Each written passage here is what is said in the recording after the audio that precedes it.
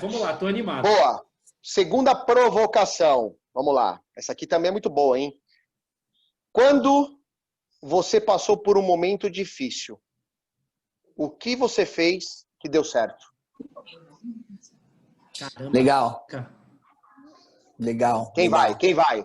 Ah, cara, eu acho que essa daí é a cara do Fred, né, meu? Advogado em momentos difíceis quase todo dia.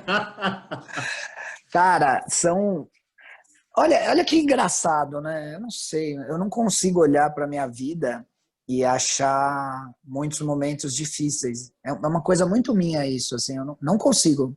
Eu sempre acho que é uma dificuldade ali, que tá ali para ser superada e tá tudo bem. Eu olho para outras dificuldades e falo, caraca, não tenho tantas, assim, sabe? Problema de saúde, esse tipo de coisa. Então eu não consigo olhar e achar. Outro dia os caras falam, pô, você tem uma origem super simples, tal. Eu falei, mas mesmo assim, velho, não era tão... Hoje eu tô aqui, sabe? Tem gente que não conseguiu, sei lá. Bom, ó, eu aprendi que o que uma pessoa tem que ter, e eu tento fazer com que os meus filhos adquiram essa característica, essa competência, eu sei lá como a gente vai chamar isso. Mas eu acho que ela é rara no ser humano, ela é muito rara, mas ela muda todo o jogo. Para mim, é a coragem. É a coragem. Tá? Eu olho para a coragem como a força motriz, aquilo que move a pessoa a fazer, especialmente o que tem que ser feito. Tá? O que tem que ser feito. Seja isso difícil ou não. Então, quando vem o tal do momento difícil, muitas vezes a gente sabe o que precisa fazer. Ou a gente não sabe, pergunta, vai atrás da resposta e descobre. Mas aí você tem que ter coragem para fazer. Então, é a coragem de romper, é a coragem de deixar para trás, é a coragem de desistir, é a coragem de não desistir. Tudo é movido por um input de coragem, na minha opinião. Então, quando acontece algum momento difícil, eu poderia mencionar um monte, mas posso falar, sei lá, morte do meu pai, que mais? Falência, né? Nós tivemos um monte de falências múltiplas, minha família, falência de grana mesmo. Sempre precisava assim, tá bom, deu tudo errado agora, vamos ter coragem para acordar no dia seguinte e voltar a fazer o que precisa ser feito. Então, sempre que eu me vejo numa situação difícil, eu penso assim, cara, seja corajoso. Faça o que precisa ser feito. Você sabe o que tem que ser feito. Se você não sabe, pergunte para quem sabe. Depois que ele te falar, você vai ter que ter coragem para fazer. Para mim é isso. Muito louco, né? É sensacional. Eu achei da hora o que o Fred falou, porque eu fiquei pensando numa coisa, tá? Talvez você que esteja ouvindo esse podcast também deve ter pensado o seguinte, caramba, eu não lembro a última vez que eu passei por um momento difícil, né? E aí a gente costuma sempre olhar para um momento difícil e atrelá-lo a um problema. Geralmente um momento difícil, ele é um problema, tá? Pode ser um problema pessoal, profissional, financeiro, ele sempre está atrelado a um problema que você precisa resolver. Às vezes esse problema tem solução, às vezes não tem solução, mas de fato muitas vezes é um problema. Mas normalmente quando esse problema tem solução, olha que barato, quando você começa a buscar a solução, quando você começa a ir atrás de resolvê-lo, você percebe que muitas vezes o problema nem era tão grande assim. Vocês já passaram por isso, meninos? Muitas vezes você vai resolver um problema numa situação difícil, como o André trouxe, você fala, meu Deus, como que eu vou resolver isso? E aí você fala, bom, eu que tenho que resolver, não é outra pessoa, sou eu ou eu. Lembra daquele filme? Eu mesmo, Irene. eu tenho que resolver. E aí quando você põe a mão na massa, que você começa a falar, cara, não era tão grande assim não. Não era tão grande, eu dei conta. Não é? Olha que bacana. A frase que diz o seguinte, ó, o que define o tamanho do problema é a forma de como ele é visto por quem o enfrenta. Então, o problema, às vezes, ele pode ter óticas diferentes. Mas quem vai enfrentá-lo é ele que vai definir o tamanho do problema. Não é, André? Como que você encara? Bom. Cara, ó, eu passei por vários momentos difíceis também, mas eu acho que... Acho não. Eu vou falar um case da Amanda, porque eu acho que vai conectar, acredito que vai conectar muito mais com a galera que está ouvindo a gente aqui. Nós tínhamos um escritório físico na região da Zona Leste aqui de São Paulo, né, no Tatuapé. Escritório super bonito, poxa. E aí com a pandemia, né, não preciso nem falar, posso virar a página aqui. Mas no meio da pandemia, a gente começou a fazer as contas, começou a colocar no papel todos os custos, as despesas, e financeiramente ficou muito claro que não precisava mais do escritório e estrategicamente também. Por quê? Nós analisamos e vimos que a carteira não depende de um escritório para a gente fechar negócio. Né? A gente fez uma análise. Pô, nos últimos 3 anos, quem que veio aqui no escritório da corretora que 3 para tomar café? Então, assim, nós fizemos uma análise e falamos, não vale a pena. E quando eu cheguei nessa conclusão junto com a Amanda, obviamente que no momento ali ela falou, pô, realmente faz sentido, tal. Só que, momento difícil, né? Agora vem aqui o foco. No dia que nós fomos lá para pegar todo as mesas, os equipamentos, que o caminhão da mudança estava lá, a Amanda chorou. Ela chorou sentida, porque ela viu todo aquele sonho, né? Falou, cara, minha corretora está acabando. Ela não falou. Ela só começou a chorar, estava do lado dela, eu abracei. Eu falei, vida, tá tudo bem. É uma fase. Estamos mudando de ambiente. Ela falou, eu sei, vida, mas para mim é muito forte, porque eu vejo uma história aqui, né? E aí eu abracei, meu trabalho é abraçar e dar conforto. E dali a gente ia virar página, de fato, para trabalhar em home office. E nós viemos trabalhar em home office. E nos primeiros meses foi muito difícil. Aí teve um outro momento difícil, né? Primeira mudança de ambiente e segundo, tentar se posicionar no home office. Ela não conseguiu se posicionar de uma maneira que ela gostaria, efetivamente. Mas não é porque é ruim trabalhar de casa, não, porque ela estava acostumada com o modelo. E aí, percebendo isso, só que assim, teve uma época que a gente não podia sair de casa, não tinha o que fazer. Depois que pôde, né, dar essa escapada, falei, poxa, vamos trabalhar através de um espaço. Foi onde até a gente conheceu lá o Espaço Nuvens da escola, né? Nossa, meu, o dia que ela ficou lá, gente, eu fiquei com ela trabalhando, dei aula no dia, depois eu fiz minhas coisas, e aí ela foi fazendo as coisinhas dela, ela no final do dia, o brilho no olhar, assim, ela, meu dia foi mega produtivo. Pronto. Aí assim, né, o que fez para dar certo? Que é o finalzinho da pergunta, né, dessa provocação. Poxa, tá tudo certo, trabalhar de casa, ela vai se habituando, só que para ela, o que dá certo? É ter essas escapadas de vez em quando fora de casa. Então tem um momento difícil, acho que o exemplo aqui é essa mudança de ambiente, que eu imagino que muitos corretores passaram por isso, né? Muita gente que está ouvindo nós aqui, né, o Corretor Cash, talvez se identifique. E eu acho que esse é um bom exemplo aqui de um momento difícil. O que a gente fez para dar certo? Pega um dia da semana e vai trabalhar fora, 2 dias da semana. Agora nós já temos essa oportunidade. Então, tem solução para quase tudo, né? Boa, Acho que esse é o recado aí que eu gostaria de compartilhar. Então Muito bom. fica a dica, né? Você ouvinte, né? Quando você enfrentou uma situação difícil, o que você fez para resolvê-la, né? Então, muitas vezes, a gente talvez não enxergue a luz no fim do túnel, mas quando você entra, quando você vai destrinchando o problema, fica mais fácil solucioná-lo e aí você entende que, como o André comentou agora, para quase tudo tem uma solução, né, André? Só para a morte que não, né? É. Ainda. Você vê como vocês tiveram que ter coragem, né? É a coragem de fazer o que precisa ser feito. É a coragem. Total. Legal. E agora, meu irmão, o último insight, né, do episódio. Vamos para o grande finale, né? A pergunta número 3. Essa aqui é embaçada, hein? Vamos ver. Vai doer. Muita gente vai... Mas vamos lá. Organização financeira é essencial para o sucesso de qualquer empreendimento, principalmente para uma corretora de seguros. Qual é a sua rotina na organização das finanças pessoais e da empresa? Será que tem diferença nisso aí, galera? Caramba, sensacional, né? Muito boa. Muito boa, velho. É sua, né, Will? Agora eu posso começar, né? Em casa. Eu acho que eu posso começar, né? Então, eu gosto muito desse tipo de provocação, porque o corretor de seguros, muitas vezes aquele corretor que larga o corporativo e vai para o empreendedorismo, ele sofre muito no lado financeiro, não só no lado financeiro, sofre no psicológico, sofre no emocional, mas eu falo que o lado financeiro é um dos mais afetados, porque é muito difícil, né? Você trocar ali um salário fixo por uma remuneração variável, uma remuneração que fica única e exclusivamente dependente da sua produção.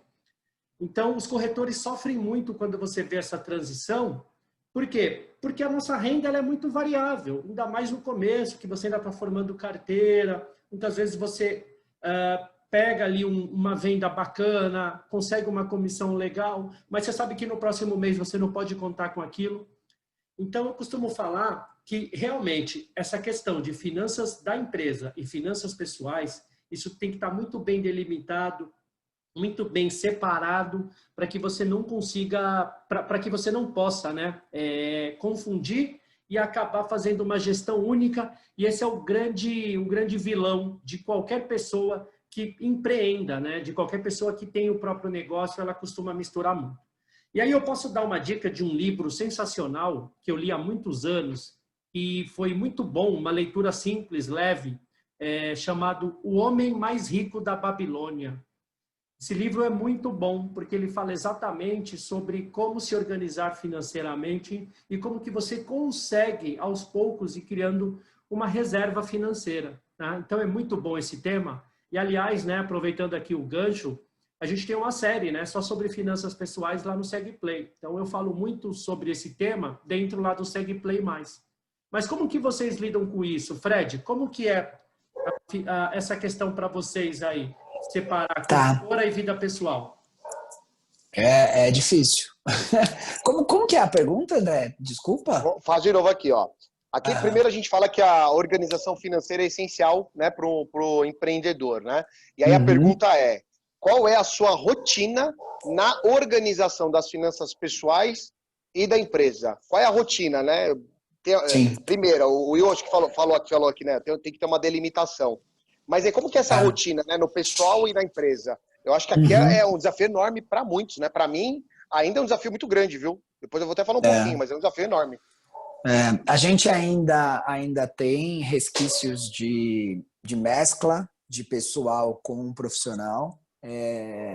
Por desleixo, né? A gente sabe tal o que precisa fazer, mas de vez em quando a gente ainda passa ali o débito da corretora numa padaria, né? Vamos por assim. Então, ainda tem uns desleixinhos. A gente não faz nada grandioso nesse tipo de desleixo, mas se a gente fosse ser 100% rigoroso mesmo, isso não podia acontecer.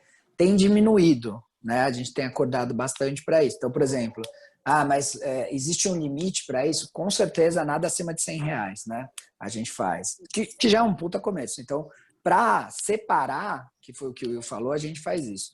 Rotina dos negócios financeiros, né? Do negócio corretora. Fluxo de caixa uma vez por mês tem que ser feito. Como a gente trabalha com uma conta bancária só, fica fácil.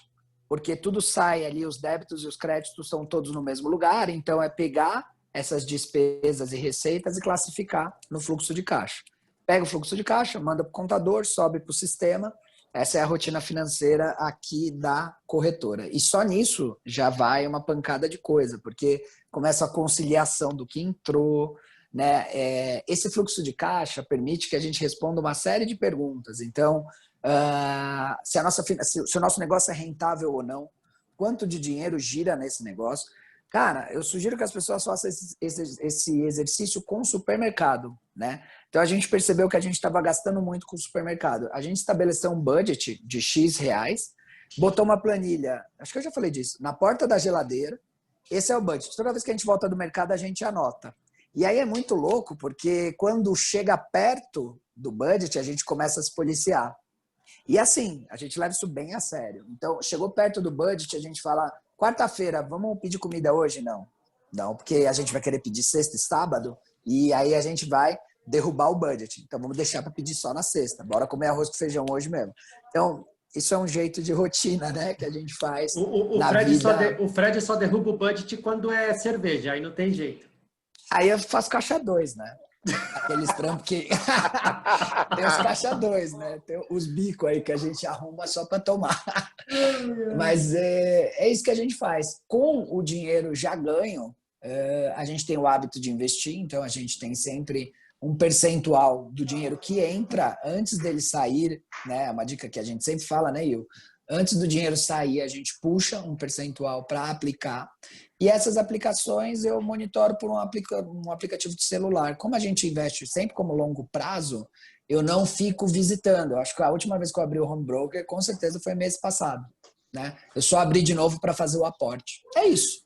Eu acho legal aí o que o Fred trouxe, e eu sempre dou uma dica quando o corretor fala assim, puxa, minha corretora não dá dinheiro, caramba, eu não consigo ver o dinheiro da corretora.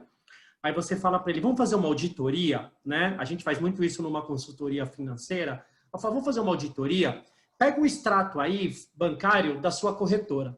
Vamos olhar os últimos 30 dias e quais foram as saídas da corretora. Aí você pega lá, André, o cara pagou a escola dos filhos com a conta da corretora, ele pagou a prestação do carro com a conta da corretora, ele pagou o financiamento do apartamento com a conta da corretora, ele foi almoçar fora no final de semana e usou o cartão da corretora.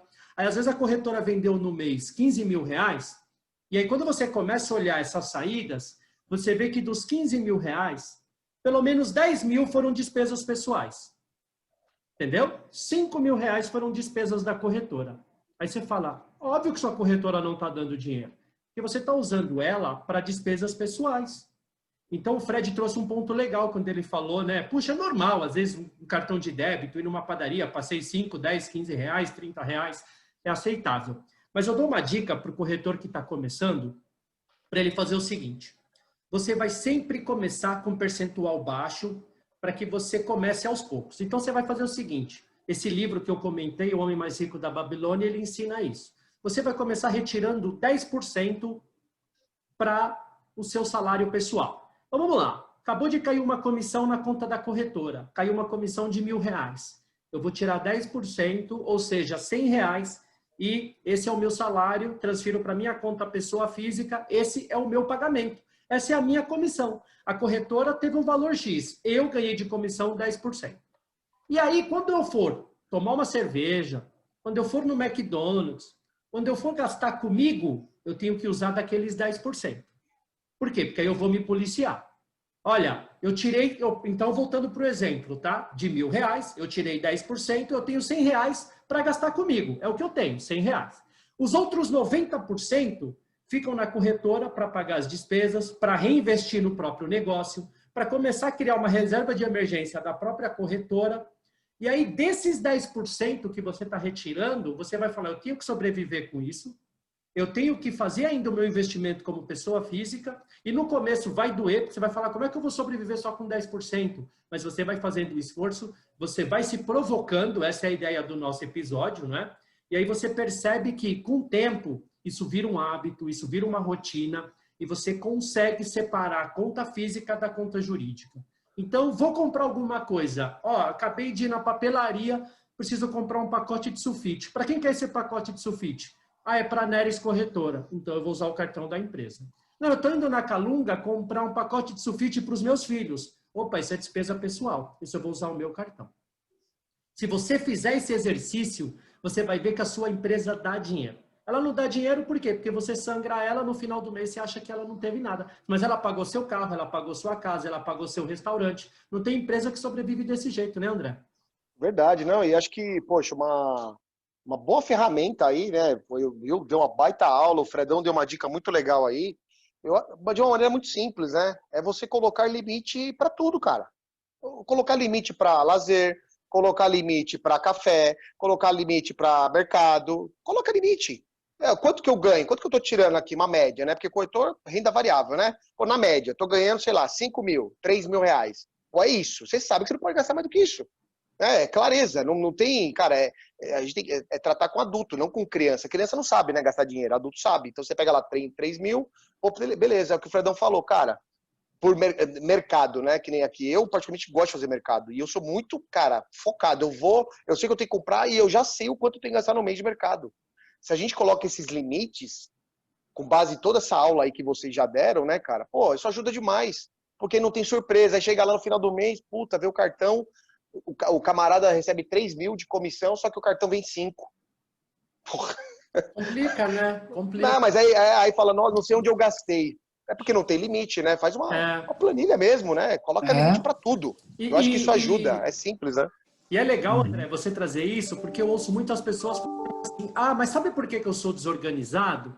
Porque eu não sei fazer planilha, eu não sei usar o Excel. Aí você fala assim, caramba, que legal, né? Meu pai fazia isso há 30 anos atrás e também não tinha o Excel. Ele fazia no Verdade. No caderno, Veja, né? no caderno. Verdade. Então não tem desculpa para você não fazer um controle financeiro.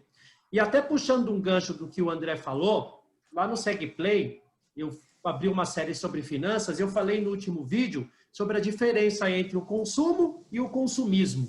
Né? Qual que é a diferença do consumo e do consumo? Verdade. Isso vai te ajudar a entender o que é esse descontrole financeiro e como que você lida com isso no dia a dia. Então fica aqui, novamente, a provocação. André, repete a pergunta aí para os nossos ouvintes, para eles se sentirem provocados. Mais uma vez, vamos lá. Ó. Organização financeira é essencial para o sucesso de qualquer empreendimento. Qual é a sua rotina na organização das finanças pessoais e da empresa? Essa foi a nossa terceira, né? Uhum. A segunda pergunta, a segunda provocação. Quando passou por um momento difícil, quando você passou por um momento difícil, o que você fez que deu certo? E a primeira provocação, para ter aquela clareza plena do que você quer para sua vida, o que você especificamente quer ter na sua vida daqui 1 ano e daqui 5 anos? Demais, demais. Então, se sinta provocado, é uma provocação saudável, tá? A gente costuma falar que eu não preciso ser melhor do que o André, eu não preciso ser melhor do que o Fred, eu preciso ser melhor do que eu era ontem. Isso é se sentir provocado, é você melhorar e andar um passo a cada dia, né? Você olhar para o ano anterior e falar, hoje eu sou um cara melhor do que eu fui no ano anterior, no ano retrasado e assim sucessivamente. Galera, o CorretorCast vai ficando por aqui. A gente deseja sucesso para vocês. Comentem nas nossas redes sociais como que vocês se sentiram provocados e, se possível, responda como que vocês lidam com essas 3 provocações. Legal? Nós gostamos muito desse formato. Com certeza traremos mais provocações nos próximos episódios e fiquem à vontade também para nos provocarem. É assim que funciona. A gente gosta de se sentir provocado. É isso que nos estimula, é isso que nos desafia. Não é isso, meninos? É isso aí.